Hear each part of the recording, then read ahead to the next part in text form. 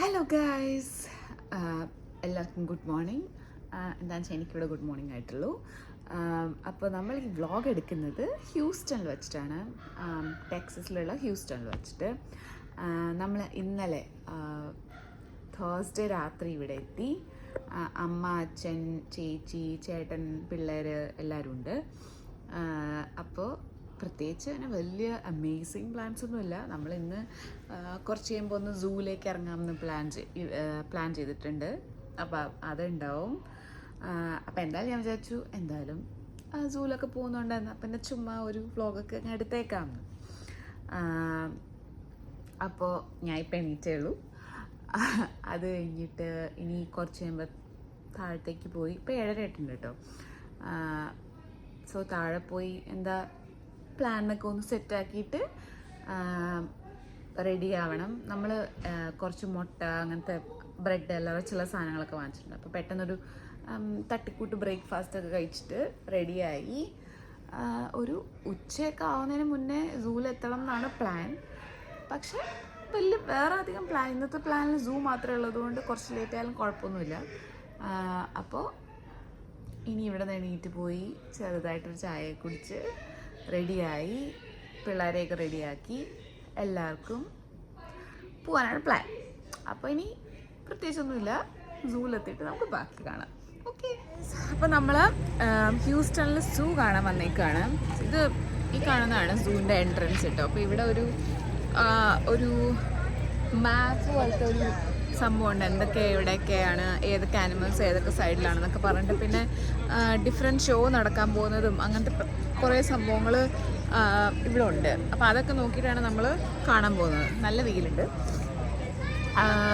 So ഇപ്പോൾ ഒരു 1:30 ആകുമ്പോൾ ഏഷ്യൻ എലിഫൻസിൻ്റെ ഒരു ഷോ ഉണ്ട്. അപ്പോൾ നമ്മളത് കാണാനുള്ള പ്ലാനിലാണ്. അതുകൊണ്ട് അതുവരെ നമ്മളൊരു 12:30 ഇവിടെ എത്തിയായിരുന്നു.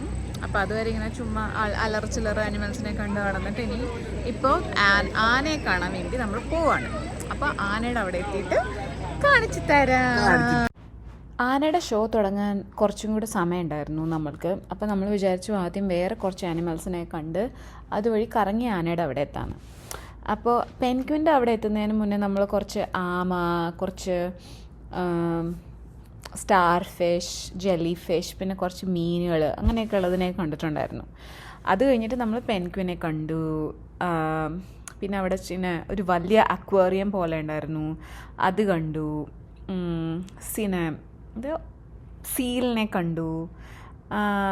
അത് കഴിഞ്ഞിട്ട് അത്രേ കണ്ടു കഴിഞ്ഞപ്പോഴേക്കും നമ്മൾ വിചാരിച്ചു നമ്മളെ ആനയുടെ അവിടെ എത്താൻ ലേറ്റായി പോകുമായിരിക്കും എന്ന്. അതുകൊണ്ട് പിന്നെ നമ്മൾ അവിടെ നിന്ന് വേഗം തന്നെ ആനയുടെ അടുത്തേക്ക് പോകാമെന്ന് വിചാരിച്ചിട്ട് അങ്ങനെ അങ്ങ് എവിടെയാണ് ആ ആനയുടെ ഷോ നടക്കുന്നതെന്ന് വിചാരിച്ചിട്ട് അങ്ങ് പോവുക ചെയ്തേ. ആ സമയത്ത് വേറൊന്നിനെയും കാണാൻ പോയില്ല നമ്മൾ. അങ്ങനെ നമ്മൾ അവസാനം ആനയുടെ അവിടെ എത്തി. സോ എലിഫൻറ്റ് ഷോ എന്ന് പറഞ്ഞപ്പോൾ ഞാൻ വിചാരിച്ചു പണ്ടത്തെ ഇങ്ങനെ സർക്കസിലൊക്കെ ഇങ്ങനെ ഫൺ ആക്ടിവിറ്റീസൊക്കെ ചെയ്തിട്ടുള്ള എലിഫൻസിൻ്റെ ഷോ ആയിരിക്കുന്നത്. പക്ഷേ ഇവിടെ മോസ്റ്റ്ലി അവർ ഒരു ജനറൽ ഇൻഫോർമേഷൻസ്, ആനയെക്കുറിച്ചൊക്കെയുള്ള ഒരു ജനറൽ ഇൻഫോർമേഷൻ പറഞ്ഞിട്ട് അങ്ങ് നിർത്തുകയതേ. അപ്പോൾ നമ്മൾ വേഗം തന്നെ അവിടെ നിന്ന് ആ പരിപാടി കഴിഞ്ഞപ്പോൾ അവിടെ നിന്ന് അടുത്ത സ്ഥലത്തേക്ക് പോയി. സോ നമ്മൾ ഓരോ സെഷൻസ് ആനിമൽസിനെയും ഒക്കെ ഇങ്ങനെ കണ്ട് വരണു. കൊള്ളാം. മൊത്തത്തിൽ കുറേ ആനിമൽസും ബേർഡ്സും അങ്ങനത്തെ പരിപാടികളൊക്കെ ഉണ്ട്. അപ്പം നമുക്കൊരു മാപ്പ് കിട്ടിയിട്ടുണ്ട്. സോ നമുക്ക് കാണാൻ ഇഷ്ടമുള്ള തരം ആനിമൽസിനെയും ബേർഡ്സിനെയൊക്കെ കറക്റ്റായിട്ട് പോയി കാണാം മാപ്പൊക്കെ വെച്ചിട്ട്. അപ്പം മൊത്തം കണ്ടു തീർക്കണ്ട, നമുക്ക് ആവശ്യമുള്ള അതും ഇവിടെ 3 കുഞ്ഞി കുട്ടികളുണ്ടല്ലോ, അപ്പോൾ അവർക്കൊക്കെ കാണാൻ ഇഷ്ടമുള്ളതുമായിട്ടുള്ള ആനിമൽസിനെ ബേർഡ്സിനെ കണ്ടാൽ മതി. റെപ്റ്റൈൽസ് അങ്ങനെയുള്ള സ്ഥലത്തേക്കൊന്നും നമ്മൾ പോകുന്നില്ല. ഇങ്ങനെ ആന, ലയൺ എന്ന് പറഞ്ഞപ്പോഴേക്കാണ് കേട്ടോ നമ്മൾ ആ ലയൻ്റെ അതിൽ കൂടെ പോവായിരുന്നു. അപ്പോൾ അവിടെ കറക്റ്റായിട്ടൊരു ലയൺ നിൽപ്പുണ്ടായിരുന്നു. ഒരു മെയിൽ ലയണും പിന്നെ അവിടെ തന്നെ 2-3 ഫീമെയിൽ ലയൺസൊക്കെ ഉണ്ടായിരുന്നു. അപ്പോൾ നമ്മൾ അവരെയൊക്കെ കണ്ടു.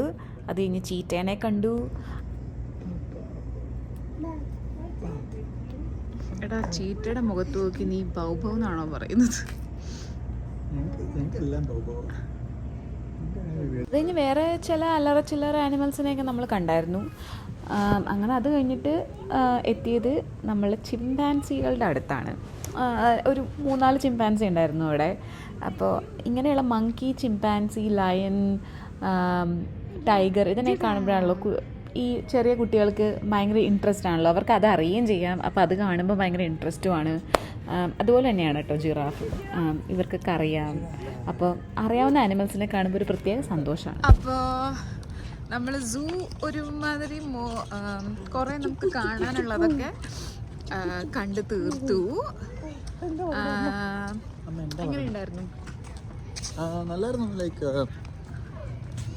ആനിമൽസ് ഒക്കെ ഉണ്ട് എല്ലാ സൂര്യം കാണുന്ന പോലെ തന്നെ. പക്ഷെ ഇവിടുത്തെ ആനിമൽസ് കുറച്ച് അടുത്തേക്ക് വരുന്നുണ്ട് നമ്മൾ നിൽക്കുമ്പോൾ.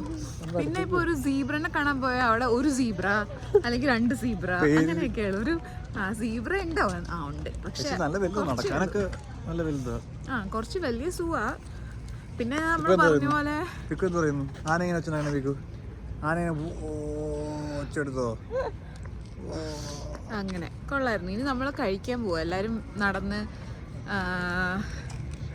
നടന്ന് മടുത്ത് വിശന്ന്. അപ്പം ലൈറ്റായിട്ട് ഇപ്പോൾ ഇവിടെ നിന്ന് സൂന്ന് എന്തെങ്കിലും കഴിച്ചിട്ട് നമ്മൾ പുറത്തു പോയി നല്ല റെസ്റ്റോറൻറ്റ് കണ്ടുപിടിച്ച്, മോസ്റ്റ്ലി ഇന്ത്യൻ റെസ്റ്റോറൻ്റ് ആയിരിക്കും കണ്ടുപിടിച്ച്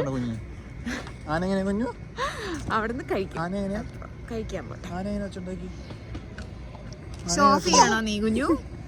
ഹാപ്പി ബേബിയാണ്. ഷോ ഓഫ് ആണോ? ഒന്ന് കാണിച്ചു കൊടുത്തേ എല്ലാവർക്കും. കുഞ്ഞിന് ആനോട് കാണിച്ചു കൊടുത്തേ. ആന എങ്ങനെയാ കുഞ്ഞു പിക്കു? ആന എങ്ങനെയാ? ഓ കാണിക്കില്ലേ? നാണാണോ തന്നെ? ഇല്ല, ഞങ്ങൾ പബ്ലിക്കായിട്ട് ഷോ ഓഫ് ചെയ്യാറില്ല. Sorry guys. അങ്ങനെ ഐസ്ക്രീം കഴിച്ച് നമ്മൾ സൂ അവസാനിപ്പിക്കുകയാണ്. നമ്മൾ കഴിച്ചു കഴിഞ്ഞു.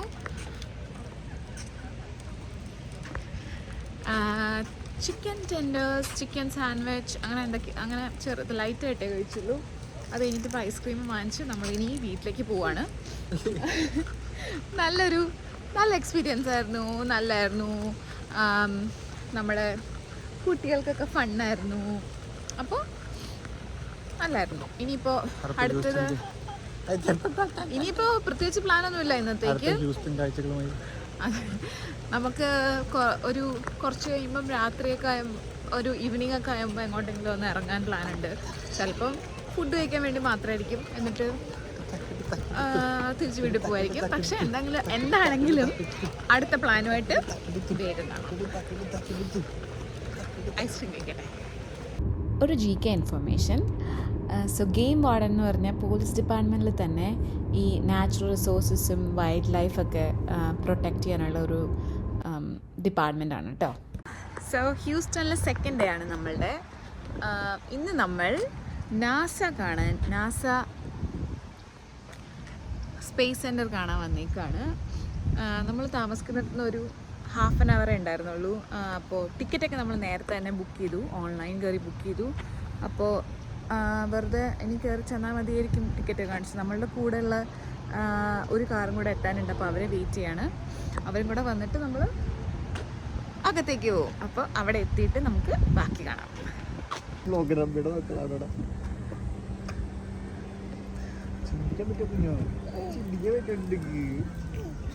ഇതാണ് എൻട്രൻസ്. അവിടെ ടിക്കറ്റ് കൗണ്ടറൊക്കെ ഉണ്ട്. പക്ഷെ നമ്മൾ ഓൾറെഡി ടിക്കറ്റ് എടുത്തത് കൊണ്ട് നമുക്ക് വെറുതെ കയറിപ്പോയാൽ മതിയായിരിക്കും. പിന്നെ അവിടെ എന്തൊക്കെയൊക്കെ ഉണ്ട്, ഫ്ലൈറ്റും കാര്യങ്ങളൊക്കെ. അകത്ത് ചെല്ലുമ്പോൾ മനസ്സിലാവുമായിരിക്കും എന്തൊക്കെയാണ്. അപ്പോൾ നമ്മൾ കയറട്ടെ. എല്ലാവർക്കും അറിയായിരിക്കും, എന്നാലും നാസ എന്ന് പറയുന്നത് national aeronautics and space administration ആണ്. നമ്മുടെ അമേരിക്കയുടെ സ്പേസ് എക്സ്പ്ലോറേഷൻ ഏജൻസിയാണ് കേട്ടോ. അപ്പോൾ ഈ സ്ഥലത്ത് വന്നു കഴിഞ്ഞാൽ നമുക്ക് കുറേ റോക്കറ്റ്സ്, റോവേഴ്സ്, പിന്നെ മൂൺ ലാൻഡിങ്, ഇവർ റോക്കറ്റ്സൊക്കെ വിക്ഷേപിക്കുന്നത് എങ്ങനെയാണെന്നൊക്കെ നമുക്ക് ക്ലോസപ്പായി കാണാൻ പറ്റും. സോ ഈ കുറച്ച് ബുദ്ധിജീവികളുടെയും ഇതിനൊക്കെ പറ്റിയൊക്കെ അറിയാൻ ആഗ്രഹിക്കുന്നവരുടെയൊക്കെ ഒരു ഡ്രീം ഡെസ്റ്റിനേഷനായിട്ട് വേണമെങ്കിൽ നമുക്ക് പറയാം. കുറേ ഇൻഫർമേഷൻസും കുറേ ഡെമോസൊക്കെ ഉണ്ട് ഇവിടെ. അപ്പോൾ അതിനെപ്പറ്റിയൊക്കെ കൂടുതൽ പഠിക്കാം, കുറേ ഡെമോ ഒക്കെ കാണാം. അപ്പോൾ നമുക്ക് നോക്കാം എന്തൊക്കെ കാണാൻ പറ്റുന്നു. അകത്തേക്ക് കയറുമ്പോൾ തന്നെ അവിടെ പല സെക്ഷൻസായിട്ട് ഡിവൈഡ് ചെയ്തിട്ടുണ്ട്. ഓരോ സെക്ഷനിലും ഓരോ കാര്യങ്ങളെക്കുറിച്ച് എക്സ്പ്ലെയിൻ ചെയ്തിട്ടുള്ളതാണ്. സോ മെയിൻ സെക്ഷൻസ് ഏതൊക്കെയാണെന്ന് വെച്ചാൽ rocket garden, mission control centre, space shuttle and astronaut experience, പിന്നെ ഒരു സെക്ഷൻ ഫോർ മൂൺ ആൻഡ് പിന്നെ ഒരു മാർസ് അങ്ങനെ വേറെ സെക്ഷൻ ഉണ്ട്. പിന്നെ കുറച്ച് വെർച്വൽ റിയാലിറ്റി എക്സ്പീരിയൻസ് ചെയ്യാനുള്ള 2 ഐറ്റംസ് ഒക്കെ ഉണ്ടായിരുന്നു. പിന്നെ ഒരു കഫറ്റീരിയ അങ്ങനത്തെ സംഭവം. പിന്നെ നമുക്ക് അവിടെ നിന്ന് ഒരു ബസ്സിനകത്ത് കയറി പോയി കഴിഞ്ഞാൽ അവർ ഒറിജിനൽ റോക്കറ്റ്സും അതിനെപ്പറ്റിയുള്ള വേറൊരു സംഭവമുണ്ട്. സോ ഇതിലൊക്കെ എന്താണെന്ന് വെച്ച് കഴിഞ്ഞാൽ റോക്കറ്റ് ഗാർഡനിൽ മോസ്റ്റ്ലി നമ്മളുടെ ഒറിജിനൽ റോക്കറ്റ്സ് ഉണ്ടല്ലോ അത്.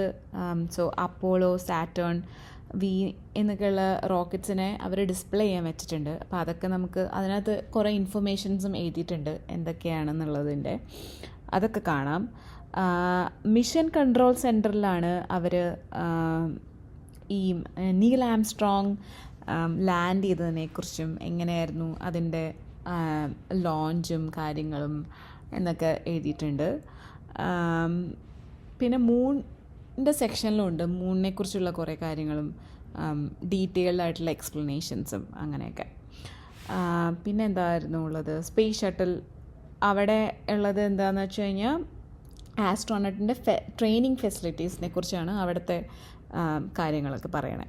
പിന്നെ നമ്മളുടെ വെർച്വൽ റിയാലിറ്റി നമുക്ക് ചെന്നിരുന്ന് കഴിഞ്ഞാൽ നമുക്കൊരു വെർച്വൽ റിയാലിറ്റി ഗ്ലാസ് ഒക്കെ തന്ന് അവരിങ്ങനെ നമ്മളെ കൊണ്ടുപോകും. എവിടെ, മൂൺ ലാൻഡിങ്ങിലേക്കായിരുന്നു നമ്മൾ പോയത് വെർച്വൽ റിയാലിറ്റി വെച്ചിട്ട്. നല്ല എക്സ്പീരിയൻസ് ആയിരുന്നു, അടിപൊളിയായിരുന്നു അത്. പിന്നെ നമ്മൾ ബസ് കയറി പോകാനുള്ളടത്ത് പോയില്ല. എന്താണെന്ന് വെച്ചാൽ അപ്പം നല്ല മഴയൊക്കെ ആയിരുന്നു. അപ്പം പിന്നെ വാവയ്ക്ക് നന്നായിട്ട് ഉറക്കം വരണ്ടായിരുന്നു. അപ്പം നമ്മൾ അതിന് പോയില്ല. നമ്മളതിന് അവിടെ റെസ്റ്റോറൻറ്റിൽ ഇരുന്നിട്ട് ചുമ്മാ ഒരു കോഫിയൊക്കെ കുടിച്ചിരുന്നു. അത് കഴിഞ്ഞിട്ട് നമ്മൾ പോയത് ഒരു അടിപൊളി സ്ഥലത്തേക്കാണ് കേട്ടോ. ഒരു ഭയങ്കര കളർഫുള്ളായിട്ട് ഭയങ്കര ഇമ്മേഴ്സീവായിട്ട് ഒരു ഫ്യൂച്ചറിസ്റ്റിക് ആർട്ട് എക്സ്പീരിയൻസ് തരുന്ന സീസ്മെക് ഹ്യൂസ്റ്റൺ എന്ന് പറഞ്ഞൊരു സ്ഥലത്താണ്. നമ്മൾ ഇതുപോലത്തെ സിമിലർ ആയിട്ടുള്ള വേറൊരു സ്ഥലത്ത് പോയിട്ടുണ്ട്. മിയാവ് വൂൾഫ് എന്നാണ് അതിൻ്റെ പേര്.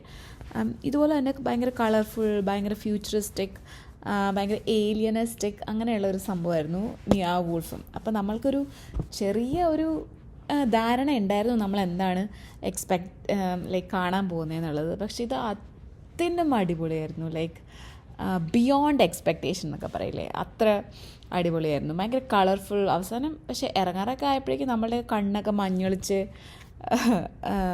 ആ കിളി പോയ പോലെയായി. പക്ഷേ അടിപൊളി സ്ഥലമാണ്. സോ ഇവിടെ ഓരോ പല പല റൂമായിട്ട് തിരിച്ചിട്ട് അല്ലെങ്കിൽ പല പല സെക്ഷൻസായിട്ട് തിരിച്ചിട്ട് ഓരോ സ്ഥലത്തും ഓരോ എക്സിബിറ്റ്സാണ്. സോ ഇവിടെ കാണുന്നുണ്ടോ, ഇത് ഇപ്പോൾ എൻ്റെ ഫേസ് വെച്ചിട്ട് അവർ ഓരോരോ ഡിഫറെൻറ്റ് ടൈപ്പ് ഓഫ് ക്രീച്ചേഴ്സിനെ ഉണ്ടാക്കി, അല്ലെങ്കിൽ എന്നിട്ട് നമുക്ക് ഓരോ എക്സ്പ്രഷൻസ് ഇടുമ്പോൾ അതനുസരിച്ച് മാറും അത്. സോ ഓരോ എക്സിബിറ്റ്സും ഓരോ പോലെയാണ്. അപ്പോൾ ചിലത് ഇങ്ങനെ ഫേസ് റെക്കഗ്നിഷൻ ആയിരിക്കും, ചിലത് ലൈറ്റ് സെൻസിറ്റീവാണ്, ചിലത് സൗണ്ട് സെൻസിറ്റീവാണ്. വെർച്വൽ റിയാലിറ്റികളുടെ കുറച്ച് സെഷൻസ് ഉണ്ട്. പിന്നെ ചെറിയൊരു സെഷൻ കുട്ടികൾക്ക് കളിക്കാനുള്ളതുണ്ടായിരുന്നു. അതായിരുന്നു അവരുടെയൊക്കെ ഫേവറേറ്റ് സെഷൻ. നമ്മളെല്ലാവരും ഇങ്ങനെ സ്കൂളിലെ പിള്ളേരെ പോലെ എല്ലാത്തിനും കയറി ട്രൈ ചെയ്ത് അലമ്പാക്കി ഫുൾ എൻജോയ് ചെയ്ത് തകർക്കുകയായിരുന്നു. പിന്നൊരു കാര്യമുള്ളത്, ഇതിൻ്റെ ടിക്കറ്റ് റേറ്റ്സ് കുറച്ച് എക്സ്പെൻസീവാണ്. ഒരാൾക്ക് എന്തോ $35 വരണേ. ചെറിയ കുട്ടികൾക്കാണെങ്കിൽ അത് $28 കൊടുക്കുക വേണം. സോ കുറച്ചധികം ഗ്രൂപ്പായിട്ട് പോവുകയാണെങ്കിൽ നന്നായിട്ട് ചിലവാകും. നമ്മൾ എത്തിയത് വൈകുന്നേരം ആയതുകൊണ്ട് ലൈക്ക് ഓൾമോസ്റ്റ് രാത്രിയായിരുന്നു. അതുകൊണ്ട് അധികം ആൾക്കാരുണ്ടായിരുന്നില്ല, നമുക്കെല്ലാം കറക്റ്റായി കാണാനും പറ്റി. നല്ല എക്സ്പീരിയൻസ് ആയിരുന്നു, എല്ലാവർക്കും ഇഷ്ടമായി. കുട്ടികൾക്കും കളിക്കാൻ സ്ഥലം ഉണ്ടായിരുന്നു, വലിയ ആൾക്കാർക്കും എൻജോയബിൾ ആയിരുന്നു. അങ്ങനെ നല്ലൊരു ടൈം സ്പെൻഡ് ചെയ്തിട്ട് നമ്മൾ അവിടെ നിന്ന് ഇറങ്ങി. അത് കഴിഞ്ഞിട്ട് നമ്മൾ ഡിന്നർ കഴിച്ചിട്ട് വീട്ടിലേക്കാട്ടോ പോയത്. സോ അത്ര ഉണ്ടായിരുന്നുള്ളൂ നമ്മുടെ ഹ്യൂസ്റ്റൺ വ്ളോഗ്. ഒരു ചെറിയ അധികം ബിസിയൊന്നും അല്ലാത്ത ഹാപ്പി അടിപൊളി ദിവസങ്ങളായിരുന്നു. അടുത്ത വീഡിയോ ആയിട്ട് കാണുന്നവരെ എല്ലാവർക്കും bye bye, take care. We don't need no education. No!